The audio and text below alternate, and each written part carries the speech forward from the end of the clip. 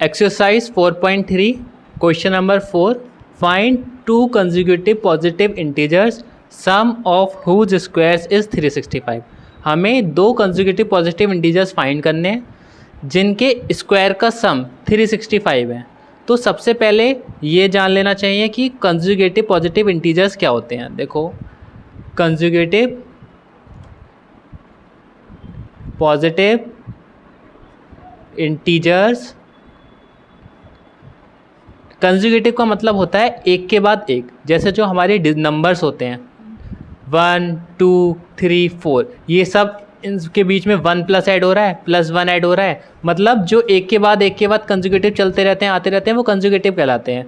तो conjugative positive integer अगर हमें मानने होते हैं तो हम उन्हें इस फॉर्म में मानते हैं। जैसे पहला हम मानते हैं x, हमने एक कंजुगेटिव पॉजिटिव इंटीजर हमने x मान लिया, चाहे वो कुछ भी हो, x की वैल्यू कुछ भी हो सकती है। अब तुम्हें पता है कि इसके नेक्स्ट वाला वर्ड ही जो होगा वो नेक्स्ट कंजुगेटिव पॉजिटिव वर्ड होगा, मतलब x+1 इसका अगला वर्ड, फिर x+2 next, then x+3 next, then x+4, then ये चलता ही रहेगा इन्फिनिटी तक। कंजुगेटिव का मतलब होता है नेक्स्ट वाला वर्ड, जो हर नेक्स्ट वर्ड आता रहेगा कंटिन्यूसली। हमने पहले को x मान लिया, दूसरा x+1, दूसरा x+2, तीसरा x+3, ये होते हैं कंजुगेटिव पॉजिटिव इंटीजर्स। अब हमसे पूछा है find two conjugative positive integers, हमें दो कंजुगेटिव पॉजिटिव इंटीजर्स को फाइंड करना है। तो यहाँ पर अगर मैं आपसे पूछूं टू कंजुगेटिव पॉजिटिव इंटीजर कौन से होंगे, तो वो x और x+1, ये हो गए टू कंजुगेटिव पॉजिटिव इंटीजर। अगर मैं पूछूं कि 3 कंजुगेटिव पॉजिटिव इंटीजर बताओ, तो वो क्या हो जाएंगे, x, x+1 एंड x+2।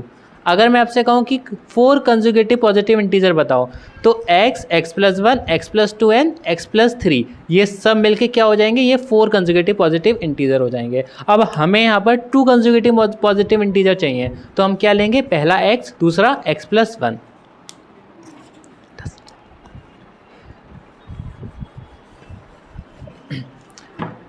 अब सॉल्यूशन पे आते हैं। Let 2 conjugative positive integer be x, x+1। हमने मान लिया हमारे दो कंजुगेटिव पॉजिटिव इंटीजर कौन कौन से, x और x+1।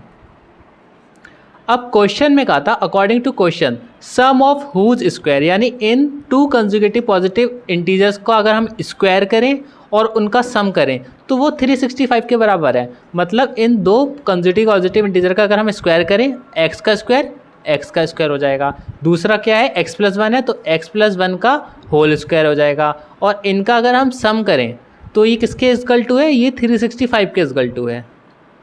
ये क्वेश्चन ने कहा था। अब हम इसे आगे सॉल्व करेंगे। अब ये x+1 का होल स्क्वायर है, इसे कैसे सॉल्व करेंगे, तो इसके लिए आपको एक फॉर्मूला पता होना चाहिए। a + b का होल स्क्वायर होता है a² + b² + 2ab।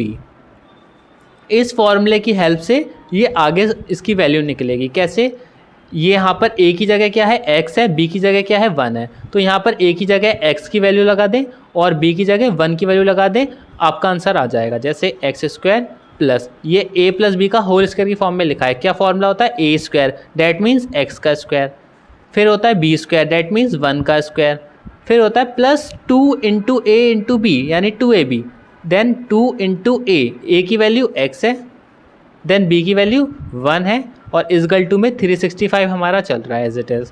Now x² + x² is equal to 2x² plus 1 का स्क्वायर 1 ही रहता है, प्लस 2 की x से मल्टीप्लाई, देन 1 से मल्टीप्लाई 2x हो गया, इज इक्वल टू 365। अब इसे क्वाड्रेटिक इक्वेशन की फॉर्म में अरेंज करते हैं। 2x² as it is plus 2x, ये +1, अब इक्वल टू किधर, 365 को जब हम इक्वल टू के इस साइड में लाएंगे, राइट हैंड साइड से लेफ्ट हैंड साइड में लाएंगे, तो ऑब्वियसली प्लस का 365 माइनस का 365 बन जाएगा। जब भी हम इक्वल टू के इस साइड से दूसरी साइड कोई डिजिट लेके जाते हैं तो उसका सिंबल चेंज हो जाता है, देन इज इक्वल टू 0 हो गया। Now 2x² + 2x plus minus, here plus minus, you know that plus minus is equal to minus, that means 365 में से हमें 1 माइनस करना है। 365 में से जब 1 माइनस होगा तो ऑब्वियसली 364 बनेगा। अब बात आती है सिंबल की। आपको पता है प्लस माइनस में जब भी हम माइनस करते हैं तो जो सिंबल लगाते हैं हम बड़ी डिजिट वाला लगाते हैं। यहाँ बड़ी डिजिट 1 है या 365 है, ऑब्वियसली यहाँ जो बड़ी डिजिट है वो 365 है जो नेगेटिव सिंबल की है, दैट मीन्स यहाँ पर नेगेटिव सिंबल लग जाएगा, इज इक्वल टू 0। अब ये हमारी पूरी एक क्वाड्रेटिक इक्वेशन बन चुकी है। अब हमें इस क्वाड्रेटिक इक्वेशन को सॉल्व करके x की वैल्यू फाइंड करनी है। अब हम क्वाड्रेटिक इक्वेशन कैसे फाइंड करेंगे ये देखते हैं। क्वाड्रेटिक इक्वेशन फाइंड करने के लिए आपको ये होती है कांस्टेंट टर्म c वाली टर्म, और ये होती है a टर्म जो x स्क्वायर के साथ कोफिशिएंट में होती है, वो a वाली टर्म होती है, और ये c वाली टर्म होती है। हमें c की a से मल्टीप्लाई करनी है, डैट मीन्स 364 की मल्टीप्लाई करनी है हमें 2 से। 364 की जब आप 2 से मल्टीप्लाई करेंगे, इससे ज़्यादा बेहतर एक तरीका है यहाँ पर है, आप इसे और सॉल्व करके इजी कर सकते हैं। ये काम आप फैक्टर निकालने का काम बाद में कीजिएगा। पहले देखिए यहाँ 2 कॉमन आ रहा है तीनों में से, इन तीनों टर्म में 2 कॉमन आ रहा है, इससे आपका क्वेश्चन ईजी हो जाएगा। 2 कॉमन आ रहा है तो 2 कॉमन ले लीजिए। कॉमन कैसे लेते हैं, 2 कॉमन लिया, ब्रैकेट स्टार्ट करा।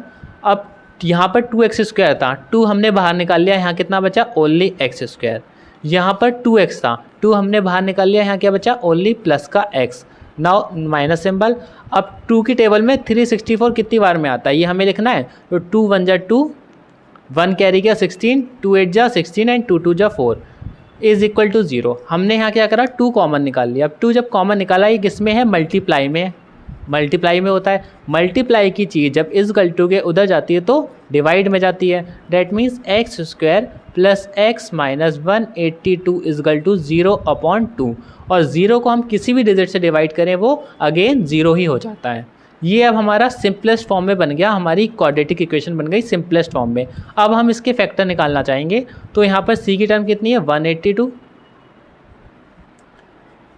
c की टर्म क्या है, 182 है, और a की टर्म 1 है। एक्स स्क्वायर के साथ कोफिशिएंट में कुछ नहीं है तो 1 है, तो 182 की जब 1 से मल्टीप्लाई करेंगे तो ये 182 हो जाएगा।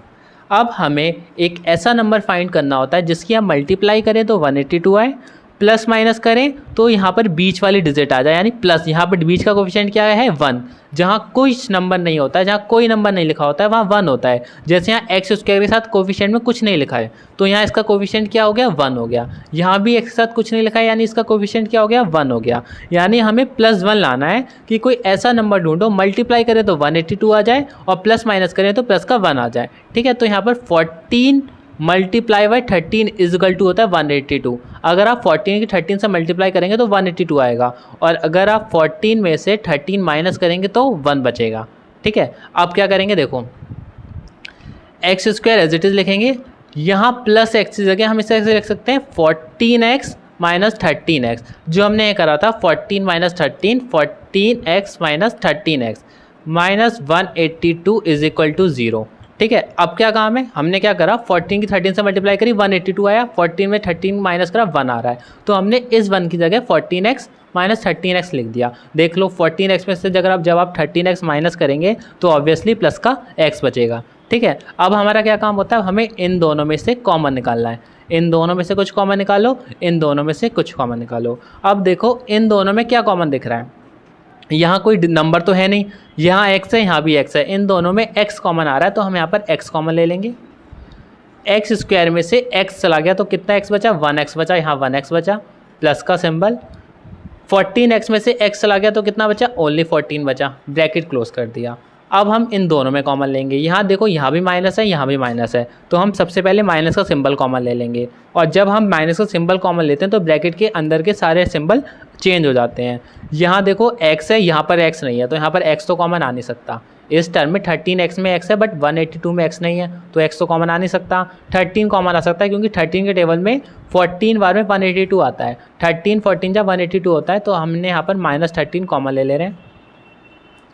अब ब्रैकेट लगाएंगे। अब आपको पता है आपने माइनस सिंबल कॉमन लिया तो अंदर के सारे सिंबल चेंज हो जाएंगे, यानी मतलब माइनस का 13x प्लस का 13x हो जाएगा और माइनस का 182 प्लस का 182 हो जाएगा, यानी सिंबल चेंज हो जाएंगे।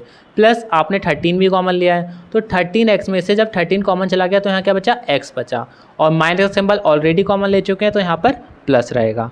अब यहाँ पर माइनस प्लस हो गया ये भी, क्योंकि हमने माइनस कॉमन ले लिया था। अब 13 की टेबल में 182 कितनी बार में आता है? 13 की टेबल में 182 14 बार में आता है, इज इक्वल टू 0। ये रफ वर्क था, रफ वर्क तो नहीं, ये साइड में करते हैं।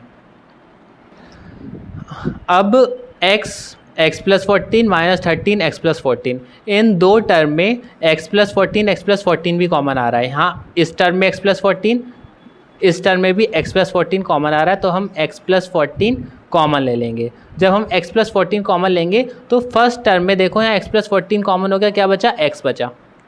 सेकेंड टर्म में x प्लस 14 कॉमन आ गया, यहाँ क्या बचा? माइनस 13 बचा, इज इक्वल टू 0।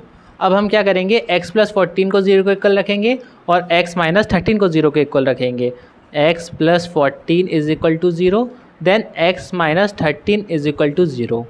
अब x is equal to plus का 13 जब इजगल टू उधर जाएगा तो माइनस का 14 हो जाएगा, क्योंकि प्लस की डिजिट जब इजगल टू उधर जाती है तो नेगेटिव की हो जाती है। यहाँ x माइनस 13 है, माइनस की डिजिट जब इजगल टू उधर जाएगी तो प्लस की हो जाएगी, यानी x इजगल टू प्लस का 13।